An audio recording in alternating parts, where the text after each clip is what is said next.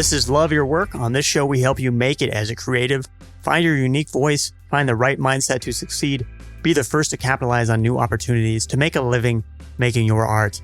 I'm David Kadavy. If you want to join us here on Love Your Work every Thursday, please hit subscribe on your podcast app.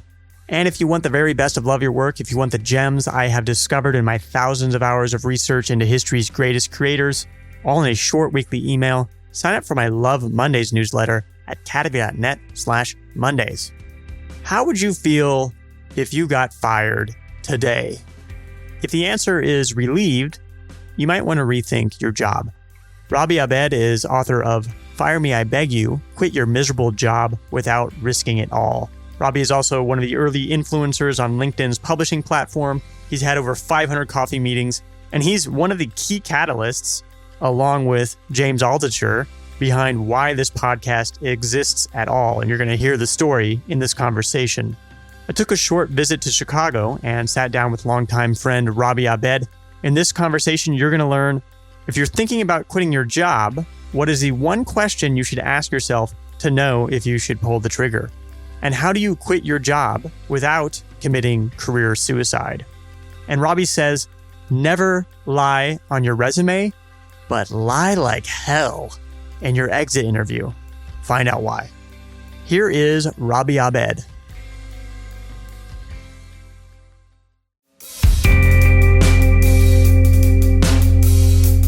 All right, I am here with Robbie Abed. We're in the lobby of the Moxie Hotel in Chicago in beautiful River North.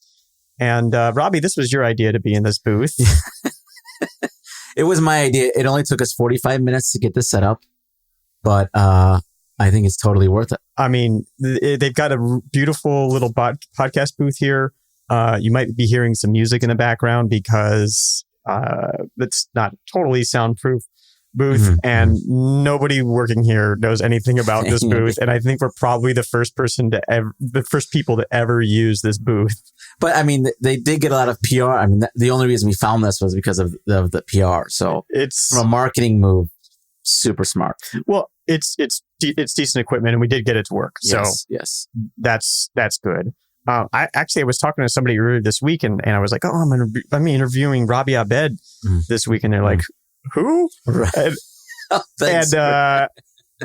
And I'm like, yeah, he wrote Fire Me, I Beg You. And he's like, what? I don't know. And like, well, he had 500 coffee meetings. And he's like, oh, okay. Yeah, I know that guy. Oh, really? Yeah. So you're better known for 500 coffee meetings than you are for Fire Me, I Beg You. So why did you have 500 coffee meetings? It just sounds like the seventh circle of hell to me. Yeah. So you've thanks for the flattering introduction, by the way. And you've also so it's actually 250 coffee meetings. I mean, I've had 500 coffee meetings, but the thing I go with is 250 coffee meetings a year. 500 would be insanity. Can we swear in this thing, by the way? 500 sounds better. Yeah, you can. Yeah, you can we'll go swear. If we don't go 500, it's fine. But if they Google 250 is the anyway. So it doesn't have the same ring to it, but yeah. Let's just go with 1,000. Let's go with 500. Yeah, So the question is, why did I have so many coffee meetings? I do a lot of things. When I quit my job and became an entrepreneur, I knew nobody. When I say I knew nobody, like I knew fucking like nobody. And so, why did you know nobody? I mean, I had connections with my job when there was like this enterprise IT consulting. I knew people there, but when I quit to do like real technology work, entrepreneurial type talk, like they're two totally different worlds. So when I came to this in the Chicago community, I realized I was like, oh, there's nobody I can talk to. There's nobody starting companies that I know. There's no mentors that I can, that I can connect with. And I literally had no idea how I can like meet people. And so coffee meetings was a great way for me to just get connected with people, understand what they're working on, and I didn't really have a plan in place. Like I didn't know how I was going to make money from these connections. I just liked talking to people, and to this day, it's helped me sort of build business. I've got clients from that and things like that. But I did out of pure desperation to build my network. Were most people willing to have coffee? They were once I had some sort of like connection in Chicago. And so if you're familiar with Technori, I got started with Technori and started helping them. A local tech. A local right? tech location where we had keynote speakers and startups sort of pitch their idea to 500 plus people at Chase Auditorium. Yeah. And so I got involved helping the keynote speakers kind of set up their talks and help these startups, founders, get ready to have a great pitch. And so I used that foundation to say, hey, instead of like, hey, do you want to have coffee? Let's talk about what you're doing. Maybe we can help each other. And so I started there, and then I started just expanding out. So now I can start reaching out to other random people. Right. What I realized is that I needed some sort of physical connection first. I needed to meet them face to face. And then after I met them face to face, I sort of went for the coffee meeting kill to schedule a meeting in the next couple of weeks to have coffee. And so once I met them in person, my success rate was essentially 100%. I mean, nobody said no. Now I can reach out to people cold and say, hey, I want to connect for whatever reason. And I have the background, they look at my LinkedIn profile and things like that. Like, oh yeah, let's connect.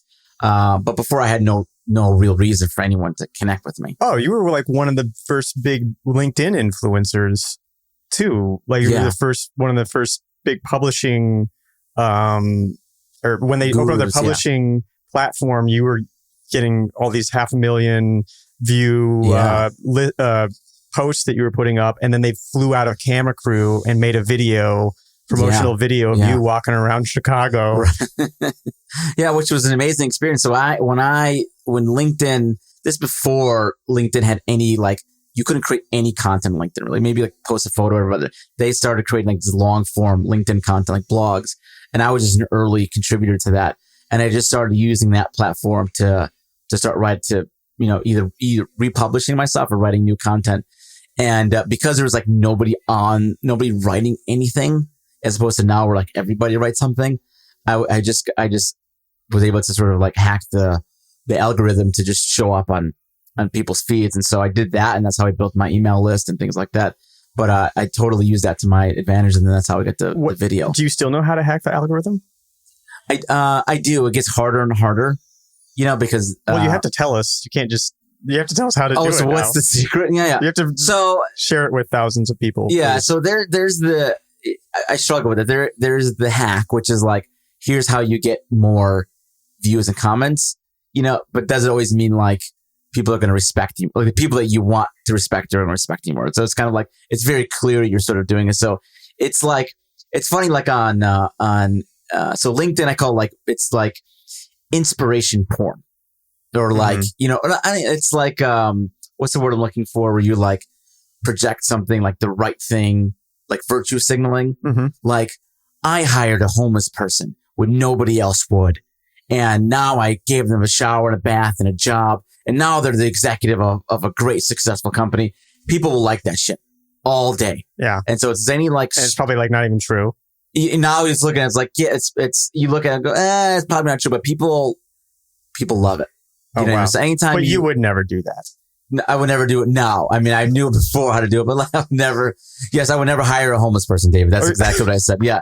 Way to put words in my mouth. No, you would never write untruthful things on LinkedIn. No, I would, I'd make things sort of, I put a good story around it. Yeah. But yeah, if that's really anything that signals that you've done something different, or you gave someone a raise or a promotion, or you didn't fire someone when everyone on your team told you to fire them. That's like the lowest common denominator of like hacking the LinkedIn algorithm.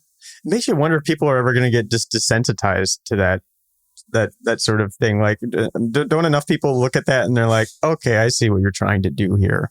But I think that yes and no. It's kind of like, would you see, like, I think we reached a point where we're too in our own thoughts and things like that. It's kind of like Ty Lopez or someone else like that. Like, you and I are the people that go like, what, how the people fall for this. Are they seeing what I'm seeing? Yeah, they see what is going on. Yeah. And so, but then we recognize maybe we're just in a different world than everyone else. And maybe what he's saying is really resonating, but we're at a different time in our careers and lives where we don't necessarily need that in our lives. Yeah. Well, he says he uses the Lamborghini to get people in to like then get them some other message that is important or whatever. Right, exactly. And so a lot of people love that. And that's why some people hate or love Gary Vaynerchuk, things like that. And the people that I've noticed, the people that are already successful, they look at Gary Vaynerchuk like, like he's like, I don't really buy what he's doing, but everyone else is like, oh my God, I needed this guy in my life. You know, he's the best thing ever. And I've started to understand too, that it's also impacted the way I write. When I used to write about quitting, you know, fire me, I beg you. Which we'll get to. I mean, I do want to hear your story about how you stalked James Altucher, because it has something to do with how we ended up on this podcast at all. So let's start with how you stalked James Altucher and had coffee with him. Yeah. And so James so if you don't know James Altucher, I would say he's called him like a prolific writer. He's one of the few people that still writes. I think he writes every day still. And so when I quit my job and I was lost and I started writing every day and I didn't really know who he was. I really caught on to his writing style. And I just became like a huge fan right away, because I think what I loved about him and his writing was that it didn't seem like there were rules to his writing. It didn't follow like 5 best practices for writing. Like I didn't like, because I was looking when I started early, I was like, well, how do I write? Like, what is my sentence structure? You know, can I say this? Can I not? And I was like, after I read his post, I was like, well, shit, if he can say that, then like I could start saying things that are more true to the way that I want to write. And so he changed my writing like overnight, you know, and I had to meet him. And so it became like my life's mission to just like meet with James Altucher. So long story short, it took me about 3 years, and I sent him emails. He'd respond and he wouldn't respond. And then I tweet him and then he wouldn't respond. And then one day I was going to New York for a wedding. And I told James like, hey, James, I'm going to New York. Do you want to have coffee? And surprisingly, you know, he's like, hey, let's do it. I was like, okay, great. He goes, but I'm in upstate New York. Which I found out later on that he didn't think I was going to go upstate New York, because it's like a 3-hour drive. He's in the middle of fucking nowhere. And so I said, fine. And so I'll do it. And so the day's getting closer and I'm trying to confirm the date and time. And it basically took me some tweets, some follow-ups, some emails. And I finally met him, after renting a car in Manhattan, driving up to the middle of nowhere and meeting him at some local coffee shop, which is like middle of nowhere coffee shop. And then I ended up doing a podcast in his home. He came over, he's like, hey, it's great. He's like, I looked at your profile. You do 250 coffee meetings a year. I said, yeah. He goes, you want to do a podcast in my home? I was like, yeah, of course I'll do a podcast. There was never a plan to do a podcast. So, but I think maybe I'm the only person to do a podcast in James' home. Well, this is his Ask Altucher podcast, right? Yeah. Yeah. So there's a way old years ago episode with Robbie on Ask Altucher. Right. If anybody wants to hear that. Cool. So can we talk about why I have a podcast and how James Altucher is involved in that? Yeah. Is that publicly shareable information? Like James Altucher is going to be paying attention and be like, I'm suing you because that made me look bad or something. Because that's now that I think about it, he's the reason you have a podcast. Yeah. Well, which should be the title of your blog.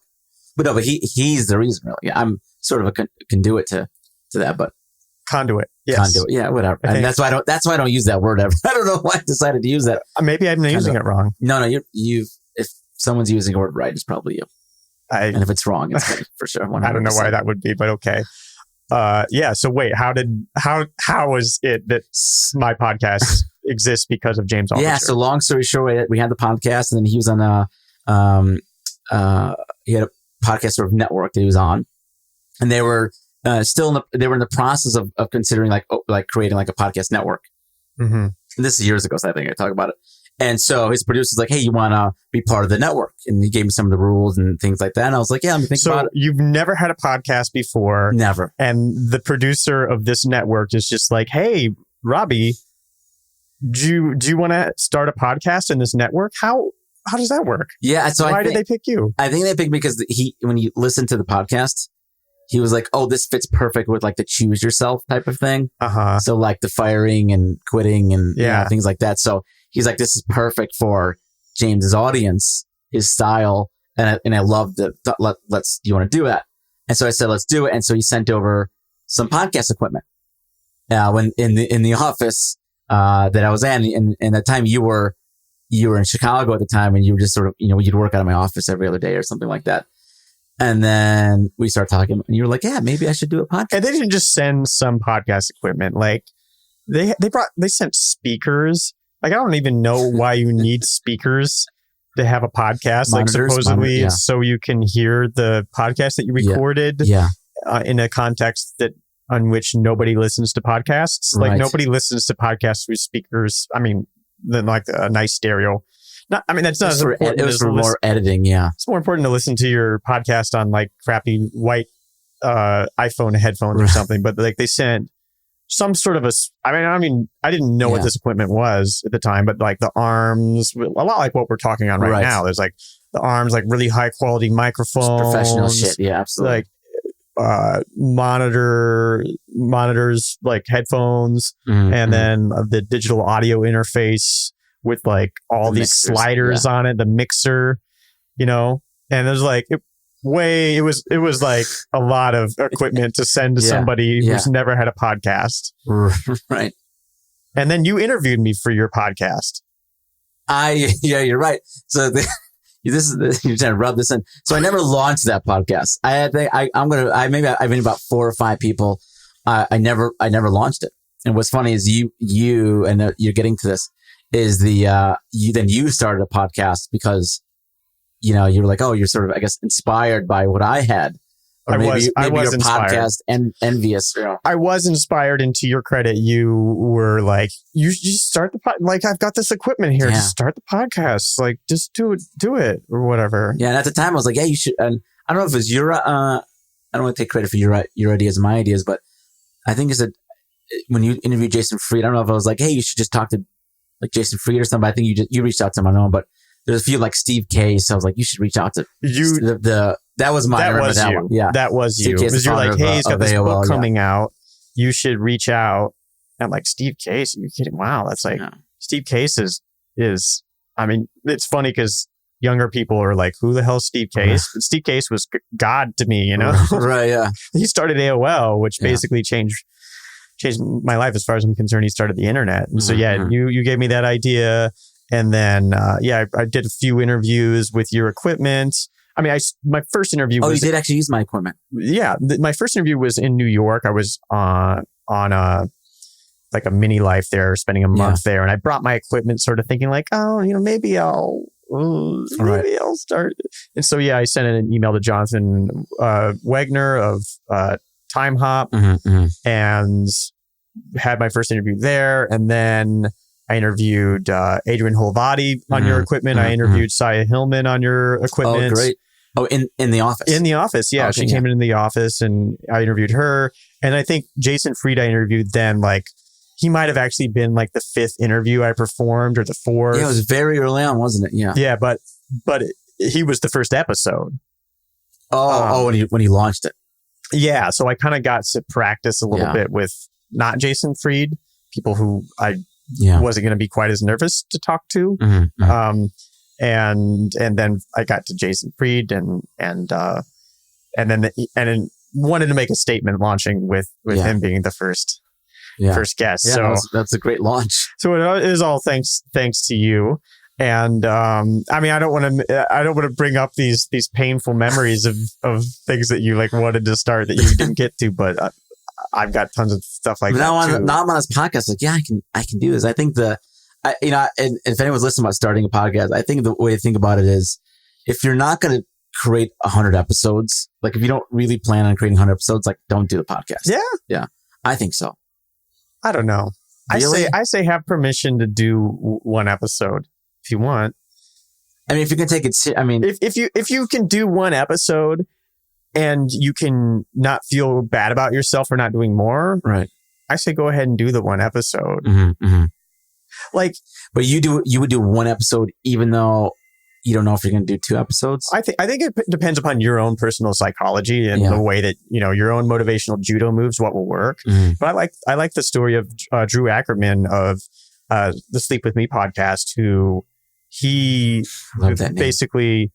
I think he tells a story on the episode where I interviewed him, but he was basically saying like, I was telling myself, okay, well, I'll do I can quit after 2 episodes. And then I told myself I can quit after 5. And then I told myself I can quit after 10. And then I told myself I can quit after whatever. Then eventually I said, well, okay, well, let's do this for at least 3 years. Right.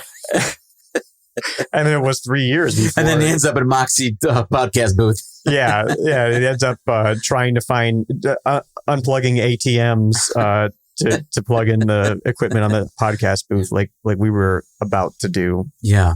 You were. I was about to. I was gonna push it next to the bar. It was just like I'm pretty sure that's how like police get called, like unplugging a box with a bunch of money in it. I'll tell you how police get called. Police get called by having a podcast booth and not having anybody who knows how to use it or has any idea. Or maybe it's people who are trying to sketch famous paintings at the Art Institute. Right. Well, I mean, this is part of probably why I was feeling a little rebellious, because I was just in the Art Institute.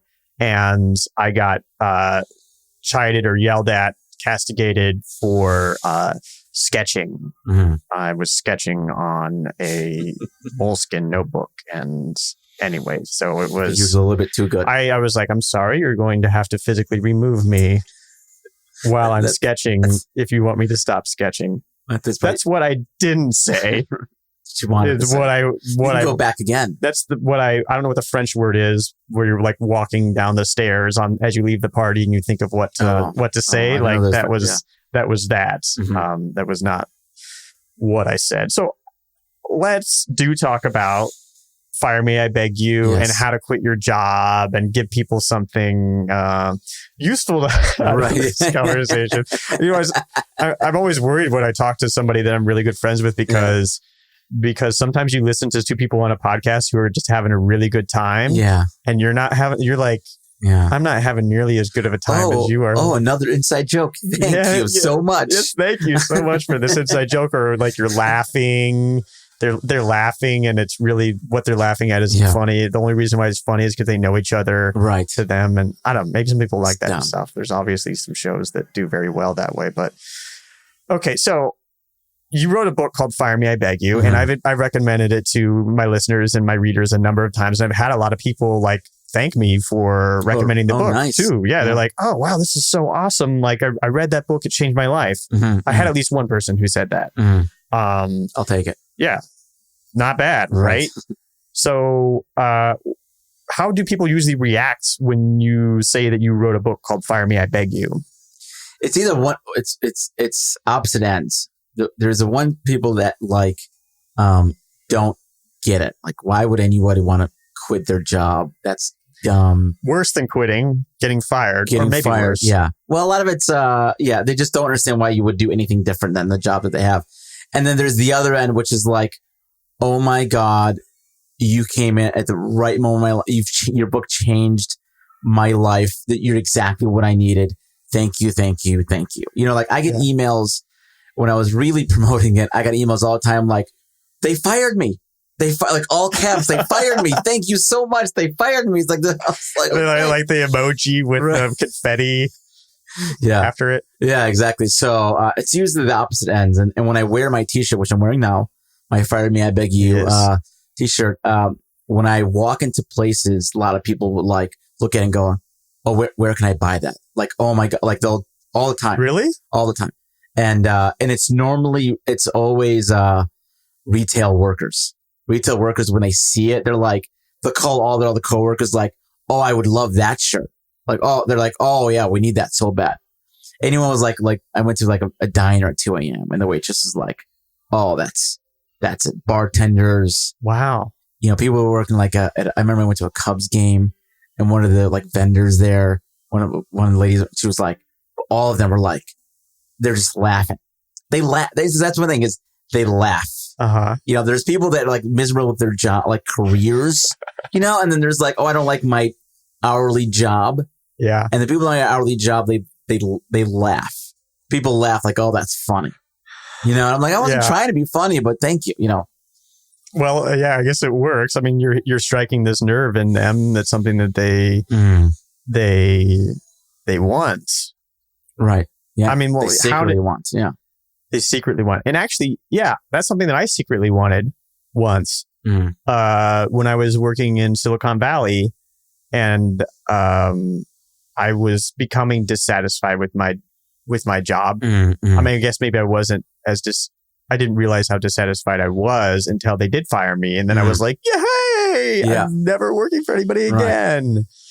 And I had already set a lot of ducks in a row to be ready to go do my own thing. Right. And that's the metric to figure out if you should quit or not. Oh, okay. The question is, how would you feel if you walked into work and your boss fired you? Okay. So this is a little mental exercise for everybody who's listening right now. Do what, actually, you could call it mind sculpting, which is something that one of our recent guests talked about. So mind sculpt this. You picture your boss comes over, says, hey, I need to talk to you, leads you down the hallway to this conference room. Your boss is holding this manila envelope that's sealed, and you're like, oh, what's in that? And what's the rest of it look like? Yeah. And so, and so if they, if they say, hey, this isn't going to work out, let's say, hey, you good time here, but, we can't afford you, or, this is just working out, like today's your last day. And if you can imagine that and you just imagine yourself, how would you feel? And if the answer is relieved, then you should quit your job. So if you imagine that scenario that you laid out, you go through that and they said, hey, you're no longer working here. And if if you feel relieved, then that's the answer, But I mean, isn't that dangerous advice? You just told people to quit their job. Am I going to be personally responsible for everything that happens? Those who just like, oh yeah, so I'm $200K in debt, and I listened to your story. I did the mind sculpting, and decided to quit the job. You're like my family. My family would say, like, one of these days, like, the police are going to show up on your door again. How dare you? And I used to be in the middle. Like, I think it was like there's a Kanye West meme. Like, I give you this advice, but, I don't want to ruin your life, and now I said, you know what? Screw it. I'm going to say, if you're not happy, you should quit your job, because I recognize the people that aren't going to quit. I've got friends that should have quit their job 10 years ago. I've been screaming at them, like, fuck, quit. You're so much better. You're so much capable. They don't quit. So my advice only works, I recognize, for people that are on the edge. Why do you think your friends should quit? Well, they're miserable people. It's the same job. They're miserable people? They're miserable at their job. They have more potential, Yeah. And they're always talking about, every single time I meet them, they always talk about how much they hate their jobs. Yeah. It's the same one. And they don't, the problem is they don't feel like there's another way out. And so they just stick with it until someone tells them you can't do this anymore, or like the entire industry collapses and says you're no longer allowed to do this. I mean, I wonder, part of it is also that it's a lot easier to complain about quitting your job than it probably is to quit your job. Right. A lot easier. And so you need to, and it's hard because you don't know what's next. And another reason why people don't quit their job is because and I did a survey to my email list, and I got like about 1,000 responses. And I asked people, you're miserable. I mean, you've joined an email list called Fire Me, I Beg You. Why haven't you quit? And the number one answer, and this is a free form text box. It wasn't like, oh, choose one. It was like, you type whatever the hell you want. And like 60, 70% of them said, I'm afraid my next boss is going to be a jerk. That was their number one answer. I'm afraid that I might not like my next job. I'm afraid I might not like my manager. And that's the reason they don't quit. So they're miserable now, but they're afraid. So it's not money. It's not a lot of times it's paying not money. Bills. No. I mean, I'm sure that those show up a lot. Yeah. But actually that they are catastrophizing this idea in their brain that like, it just can't. I mean, I can think of the same sort of thing. Yeah. I mean, you can think of the same thing with like a relationship. I don't want to break up with this person because, I can't do better. Yeah. And so I think people struggle with visualizing what's next. And if they don't know what's next, I think they get crippled and can't make decisions. So they're afraid of what's next. I mean, as I was talking about how it's easier to talk about quitting your job than it is to actually go do it too. It's like if you are just talking about quitting your job, then you can fantasize about all sorts of great things and how you're being held back and how you're so talented and how you're so much more capable, and you can continue to believe those things, but you don't ever have to face up with the reality of and there's just a lot of people that they resent the system that they're in. And so, and they just talk about this all day. They have WhatsApp groups of everyone complaining about, whatever their issues are.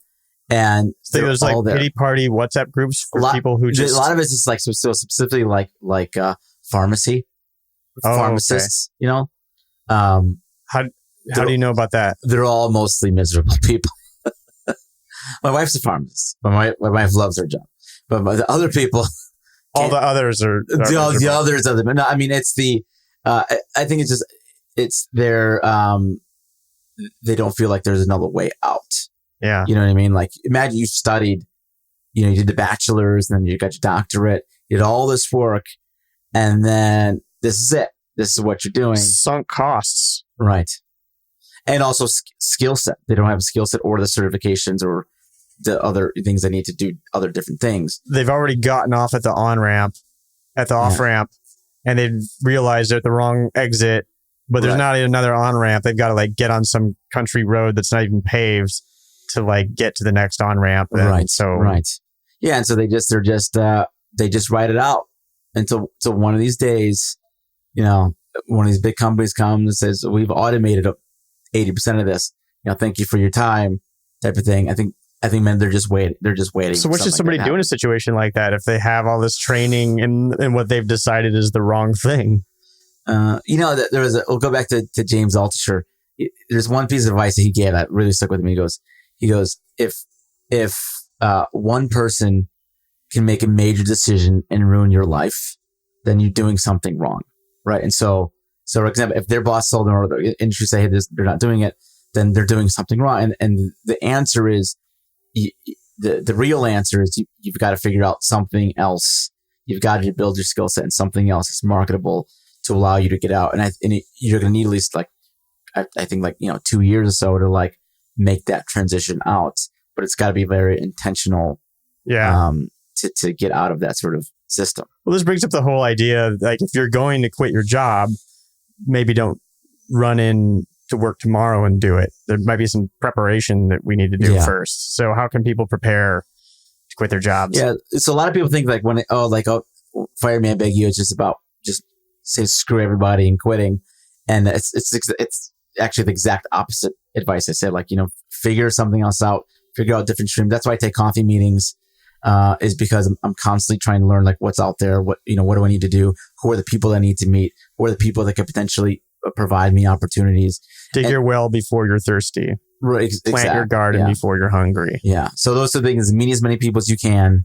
And that's why I use coffee meetings and build a real skill set. I mean, I think the internet has allowed us to build skill sets on our own. We don't need permission to code. We don't need permission to design. We don't need permission to do marketing. These are things that we can easily, I won't say easily, there are information out there to help us do these skills, but it requires our own effort and recognizing that the piece of paper we have is essentially worthless. And so once you understand, and that's how we lead open my book, is essentially that there's two reasons you're reading this book. One is you're miserable, but you can't quit because of finances, or two is you're unsure of what's next. And you are playing a life game of musical chairs, and the music is going to stop. Either you get out now, or you just wait for the song to end. And that's the way that I sort of frame it. It's like the first page, literally.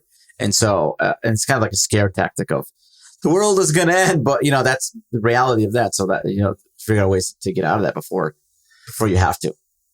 But I mean, isn't the popular wisdom, you got to go find another job before you quit your job? What do you think of that? You can. I mean, it all depends. So it all depends on your financial situation, where you are. So the more you go up the traditional chain. So if you're single, live with at home something, then take all the risks you can. Then you get a girlfriend or a boyfriend or whatever that is, then you got to take like a little bit less risk, and then you get married, and then a little bit, and then like once you have kids, then it's like you have way too many people to take care of, or your chances of quitting to explore opportunities are essentially become really difficult. You know what I mean? So long story short, if you don't have any liabilities outside of yourself, then by all means quit, explore, and do these opportunities. It's a good chance for you to figure out what's next, because you can live off of ramen, and things like that. But more responsibilities you have, that for 100% find a new job, but you still have to sort of explore to see what that is. Is there a certain like amount of savings that you feel like a person should have before they quit? I think it depends.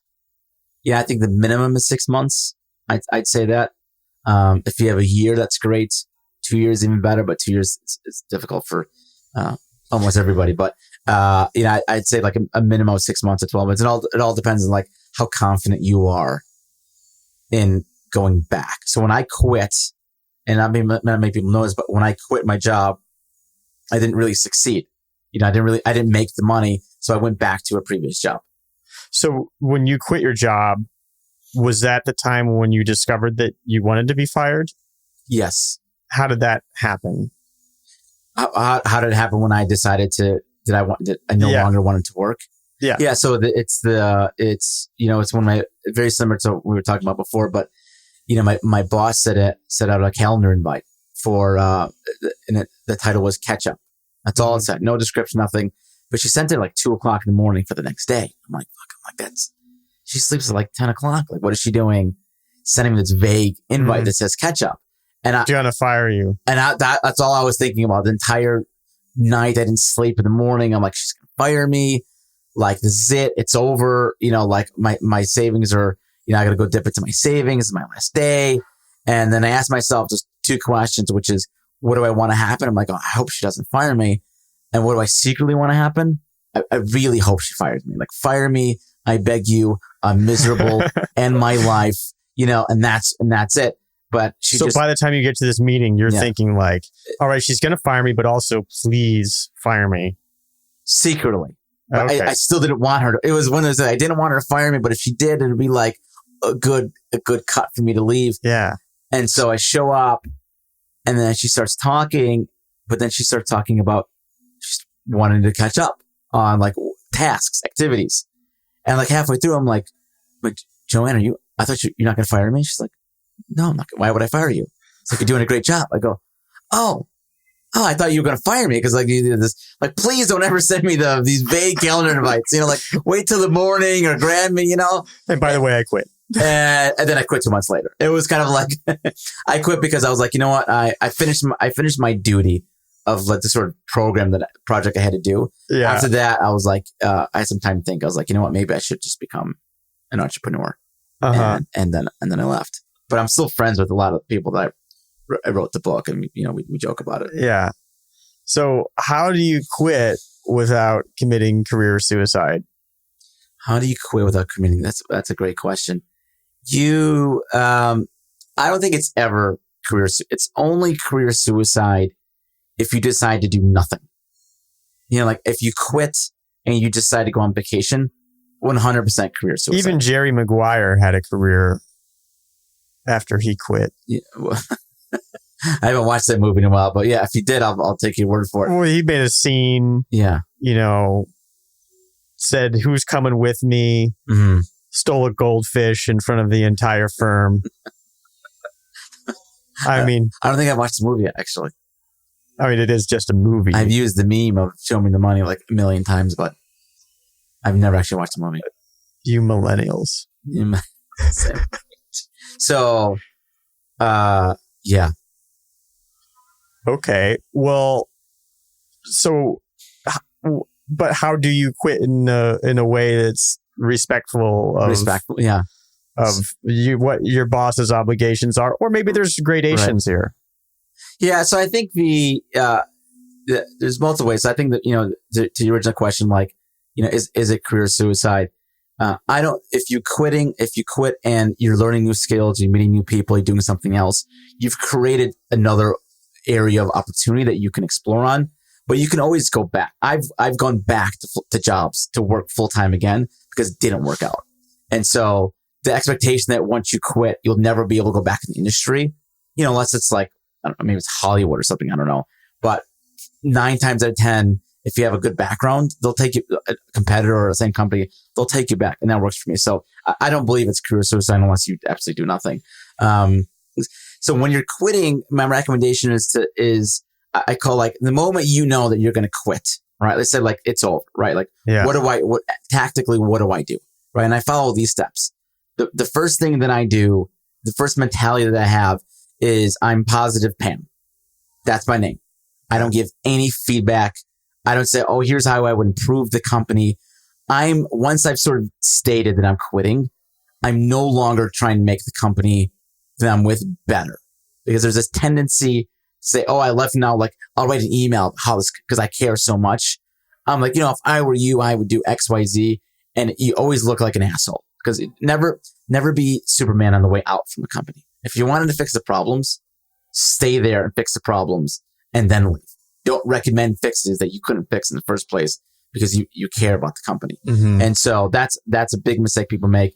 2 is that when I'm leaving, when I send my resignation email, as you know, like my resignation email was sent by the CEO of Deloitte Consulting to the entire company. My I'm leaving the company email was sent to the entire company, entire Deloitte Consulting company, which is like 10,000 plus people. It was a lot of people. Why? It's like, look at this jerk. Yeah, like don't ever quit like this. Because I actually had a good time when I was working at Deloitte, and I had a lot of great mentors and friends there. And so I in my email, I just said, here are the people that I appreciate working with. Here's why I appreciate working with them. Thank you very much for the time. Hopefully we catch up, in the near future. And what's funny is I sent an email to like 40 people, right? I was only with the company like 3 years, and I forwarded it to the CEO of Deloitte Consulting, who I've never met ever. I just liked him. And then another managing director, her name is Janet Foudy, and I believe she's now the CEO of Deloitte Consulting. Okay. Because he became, so Puneet Ranjan was the CEO. He became the global chairman of the board and CEO of Deloitte, which is like 150,000, I think 200,000 plus. He oversaw 200,000 plus people. He sent my email to the entire company when I was there, because he liked it. But I forwarded it to him, say, hey, I'm leaving. I just want to say, here are the people I appreciate on the way out. Hope you can recognize them during the next performance. So it was completely a thank you for the great experience. Oh, yeah. I really appreciated working with these people. There was no, you should do this or that or the other thing better. No, it was like, I wasn't saying, please send to the company at your earliest convenience, And so, and it was pretty informal email. Like I was like making jokes about people, inside the email. And so it wasn't like a PR, Robbie has decided to step down. If people want to read this, where can they find it? On my website, firemeatbaggy.com, or just send me an email to robbie@firemeatbaggy.com with the subject, resignation letter, or go F yourself, Robbie. And I'll still send it anyway. And I'll forward you the resignation email that he sent out, plus some other tips. Okay. Yeah. It's cool. It's like the same phenomenon that makes a LinkedIn post go viral, right? Yeah. Is good stuff. Yeah. Virtue signaling. It's like, it's positive. I'm good. I'm good. Right. Yeah. I'm good. You're good. This is the way we should do things. You're good. Yeah, exactly. Huh. So in the exit interview, mm-hmm. even then, what do you do then? Yeah, I lie. I lie during exit interviews. There you go. Robbie Abed says lie in your exit interview. Yeah. So it's lie in your exit interview, but never lie in your resume, but lie like hell in exit interview. So if you're not familiar with the exit interview, it's after you get fired or decide to leave, you get a chance to talk to HR. And for many people, this is like, oh, the HR is asking like, what would we improve? Do you have any feedback, etc. And oh, by the way, it's 100% confidential. It won't leave. We have strict policies.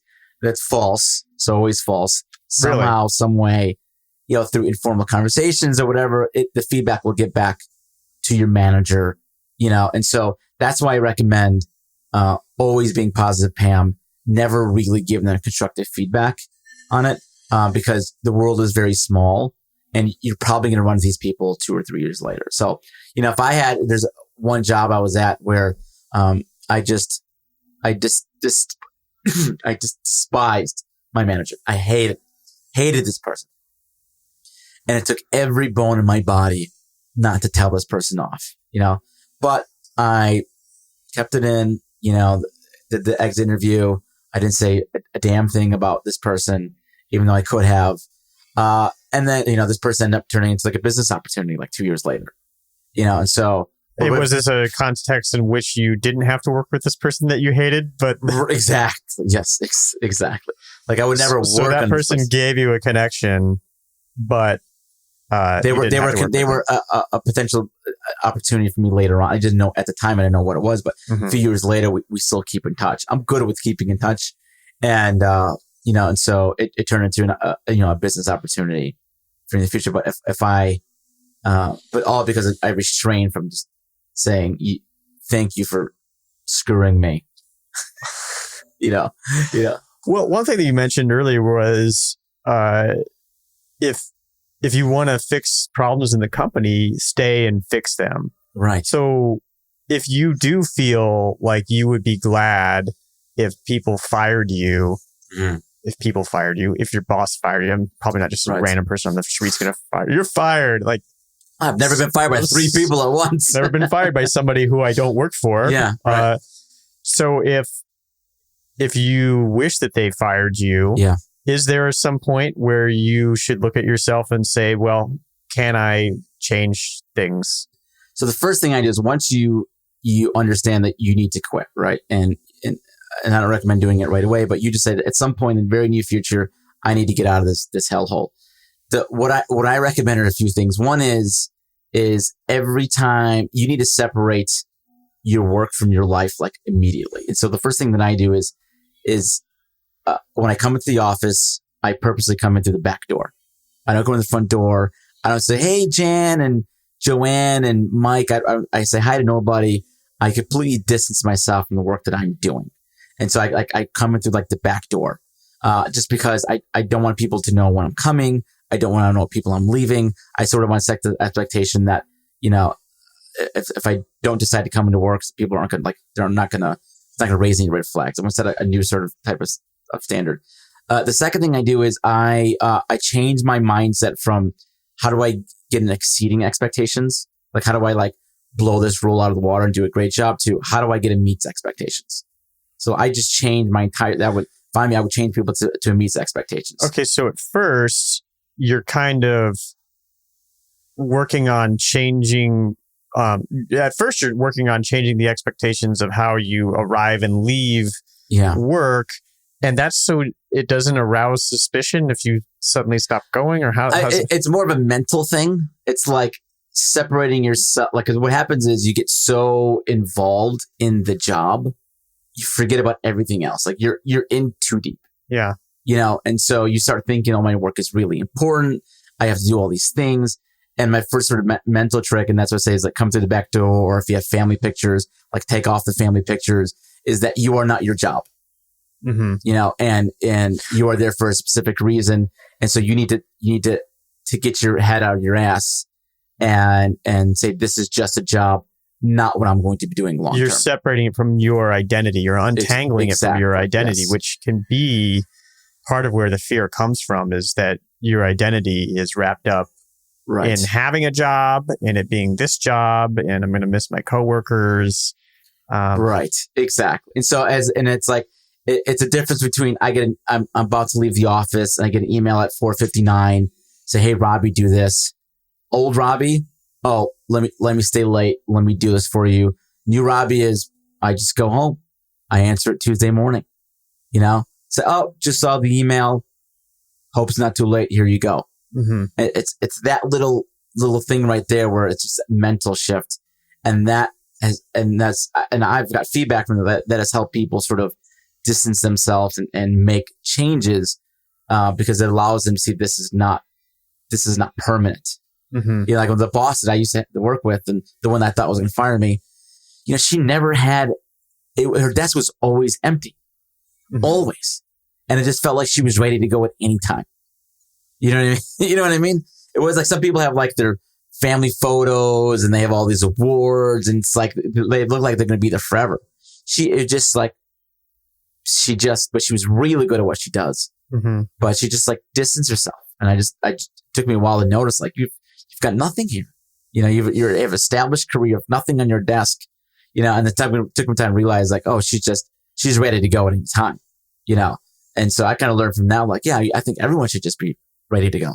And that's how you build up a better career. It's also a good opportunity to maybe test out some of the things that you've thought about before, where maybe you would have answered that email, or maybe that email comes at 7 p.m. Yeah.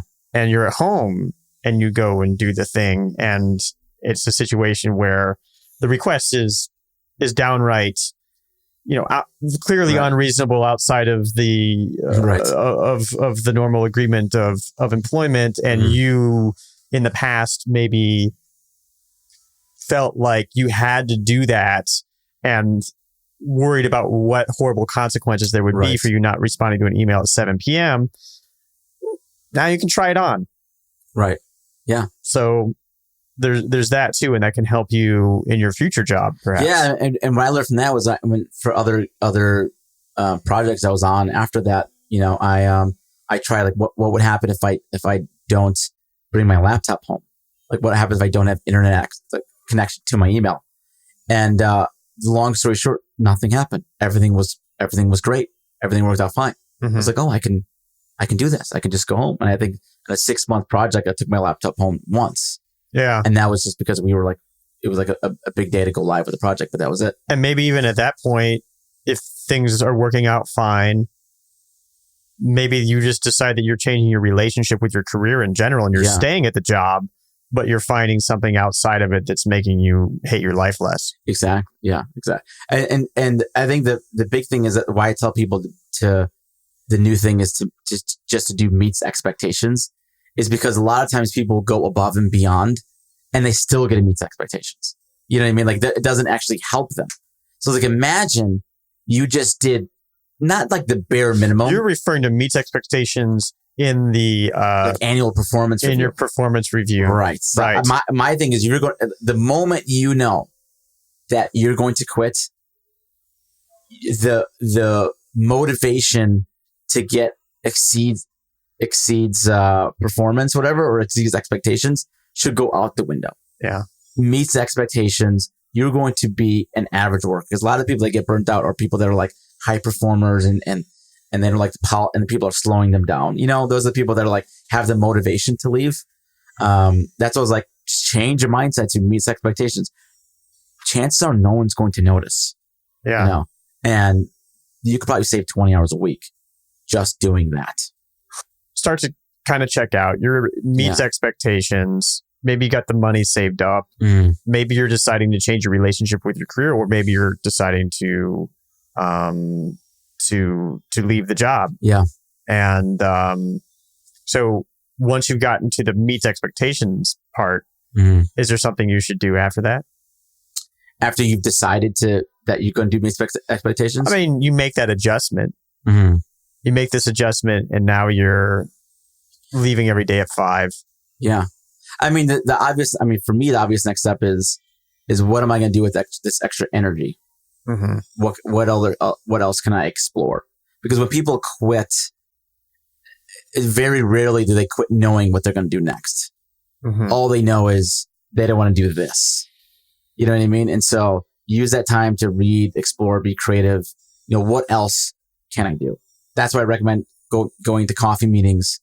Instead of coming to the office at 9 o'clock, take a coffee meeting at 9 o'clock, or going to lunch or whatever else. So just slip out the back door, meet with those people, the people that are outside of your job, and who have different careers, things like that, and ask what they're doing, ask for their input, like what they would do. So I would just use that time for exploration. What's the pretense of the coffee meetings? Is it, oh, hey, you're in a career that I am interested in, or is it really just let's have coffee and have no agenda? Are people getting less and less up for agendaless coffee meetings? Or? Yeah, I think recently I've seen a lot of people like totally against it. Like one of my people that I've been listening to, and I've told you about, Naval, hates coffee meetings. Yeah. He thinks it's like the biggest time sink. I do one every once in a while, but if you want an agendaless coffee, or cold intros, I hate that stuff.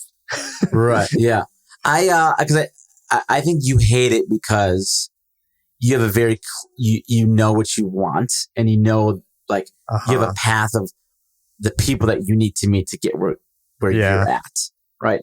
And I think when I was connecting with these startup founders, we were all sort of in the same boat, which is, let's just meet with people that are like us and talk about these like-minded things. Now I take coffee meetings. They're much more targeted, which is like, hey, I want to interview you. Yeah. Let's have coffee. That works out great. People reach out to me like, hey, I've got a problem with a career. Can you talk to my son? Sure. Set up time with me. Let's talk. Yeah. If there's a clear way that you can help a person with something, then sometimes that can make it more appealing as well. Exactly. So is that something that you might ask if you're inviting people to coffee? I'll tell them this is what my expectations are. I think the higher they are in the chain, like the more, either more senior they are, or maybe even how older they are, they protect their time a lot more. Yeah. When you're younger, I think we've forgotten when we're younger is, let's meet. Let's talk. What's out there? Let's meet new people. Now it's like, well, we're getting a little more like, what do you want from me now? Like we're very suspicious. Like, you want to meet me? Why? Yeah. What's in it for me?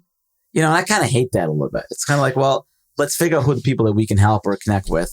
Well, you do that too much, and you will stagnate. Yes. I love what I heard from Dan Ariely on a podcast interview once, which was that he said that he does some small amounts of things that make no sense. Yeah. Because you never know what sort of random opportunities come from it, or black swans, right, etc. And so you got to like mix in a little bit of that. Right. And it just can constantly looking to try to get something out of every action that you take. Yeah. But you can't necessarily be floating in the wind all the time. You've got stuff you got to do, Yeah, no, exactly. So I think when what's funny is when there's a founder, he recently quit. He was a founder of a company, quit his job, traveled the world, and I reached out to him and, let's set up some time to get coffee. Oh, sorry. I said, let's set up time to get coffee. And, he sent me back his phone number. He goes, call me anytime. I'm unemployed. I go, I'm going to start using that more often. So when we have time, I think when we're not having we don't have a job or something to do, we're totally open to exploring. So when I did my 250 coffee meetings, I was unemployed essentially. I had no idea what I would do in my life. We were all unemployed. Yeah. We were all startup founders. We're all trying to figure it out. Then we're all like, what do we need agenda for? Like, you seem like a cool person. And again, we've also met face to face, but, I'm all for agendaless coffee meetings. If you want to take it. I aspire to be somebody who's available and interruptible all the time. Someday, that's like my life's dream is to. What do you mean by that? I think that I tweeted this the other day that it used to be the status symbol to be busy. I'm so busy. I just don't have time for anything. I can't whatever. But I think, not that it's about status, but I believe that in the future, the status symbol will be just, call me anytime or whatever, or to be interruptible. I like that. Yeah. Cause I think because to be interruptible, for stuff that means you have your money situation, you're financially secure. So that you're confident that you're going to continue to get money. And two, it's kind of like, Naval always talks about every person wants freedom and peace. That's all we want is peace in our life and just the freedom. We want the freedom to do whatever we want. Naval has his own podcast. You don't need to tell us. So Naval Ravikant, it's Patna. So I think that's to be interruptible.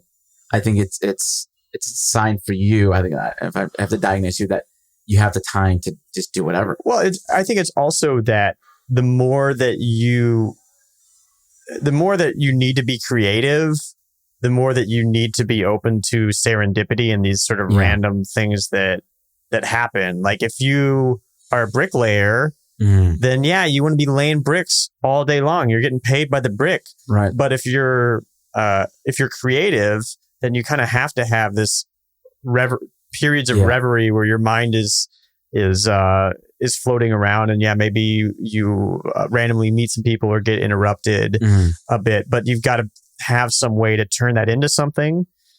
However, I think there's some volatility to it where, sometimes it works, usually it doesn't. Right.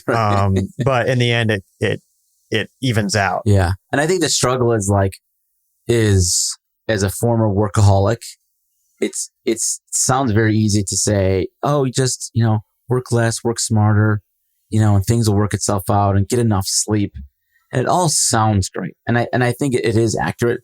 I think there's, for me, a lot of people that I've met, even myself, it's just hard to figure out how do I get there where I have this time to do things, and not be a workaholic. And so I've been a workaholic for a big part of my life. How workaholic are we talking about?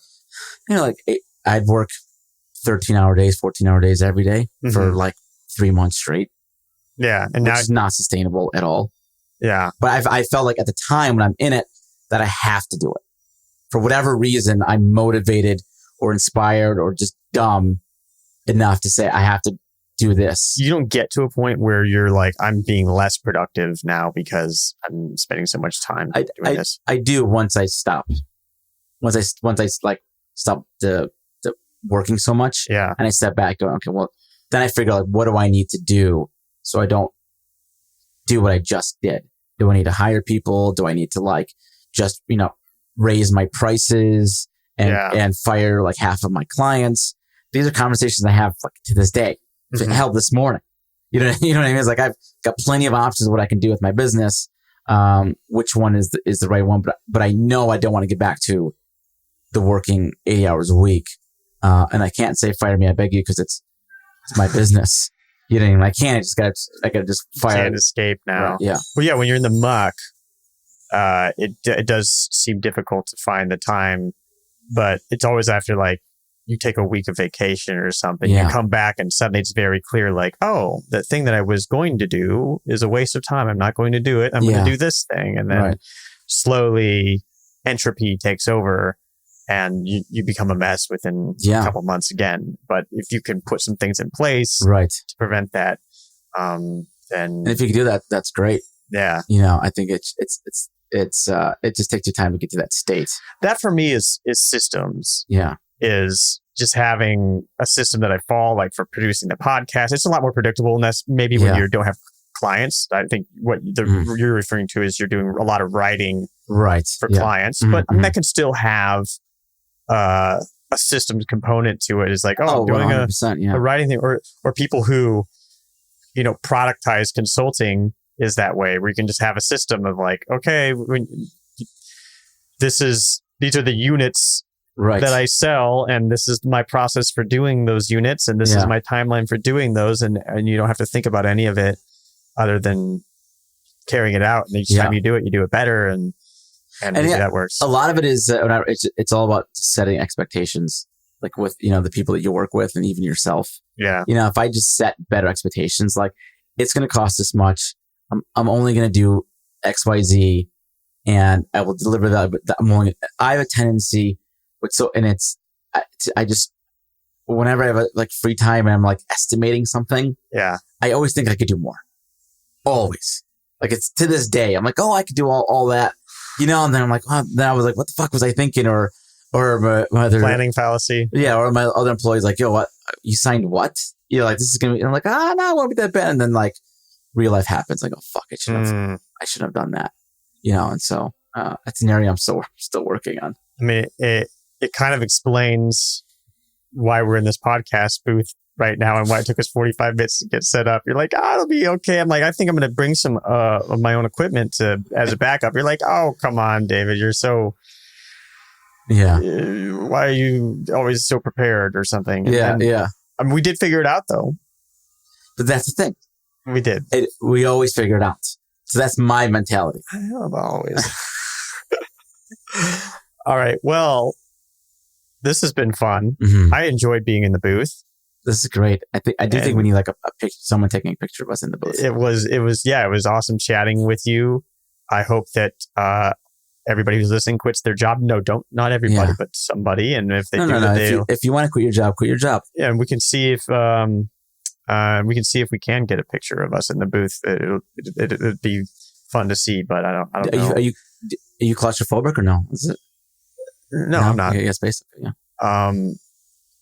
Well, Fire Me, I Beg You. And what else should people do? Add me on LinkedIn.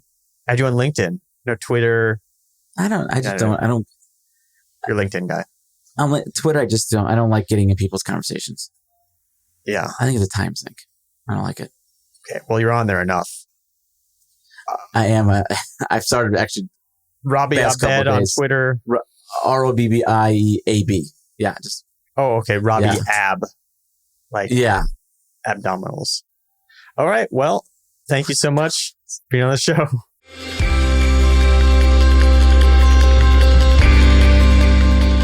Is Love Your Work helping you find your unique creative voice? Does it bring you the inspiration and motivation you need to become the creator and human you want to be? If so, please be a part of making this a special and nourishing and thoughtful show. Support the show on Patreon. You'll be an even bigger part of this show than you already are. If you contribute just a coffee a month, you'll be helping support the hosting and production of Love Your Work. Everyone has some unique creative gift to offer the world. Together, we can give people the tools they need to bring that work into the world. The world will be better off for it. Visit our Patreon page at patreon.com/Kadavy. This is a different kind of model for supporting the work that you love. The choice is yours. Vote with your dollars, put your money where your mind is, and keep Love Your Work going. Visit our Patreon page at patreon.com/Kadavy. As a thank you, you'll get early access, bonus content, and a discount on Love Your Work merchandise. Learn more at patreon.com/Kadavy. That's patreon.com/KA, D as in David, A, V as in Victor, Y. And if you can't support the show financially, and you've listened to at least 3 episodes, can you do me a favor? Write a review on Apple Podcasts. You can consider it your donation to help support the show. Love Your Work is brought to you in part by our Patreon supporters, such as mini sponsor Paula Spriggs, and top supporters such as Jeffrey Mason and Vitas Pinkovicius. This has been Love Your Work, and I'm David Kadavy. The theme music for this show is At Sea by Dorena from the album About Everything and More by arrangement with Deep Elm Records at deepelm.com. Love Your Work is a production of Kadavy, Inc.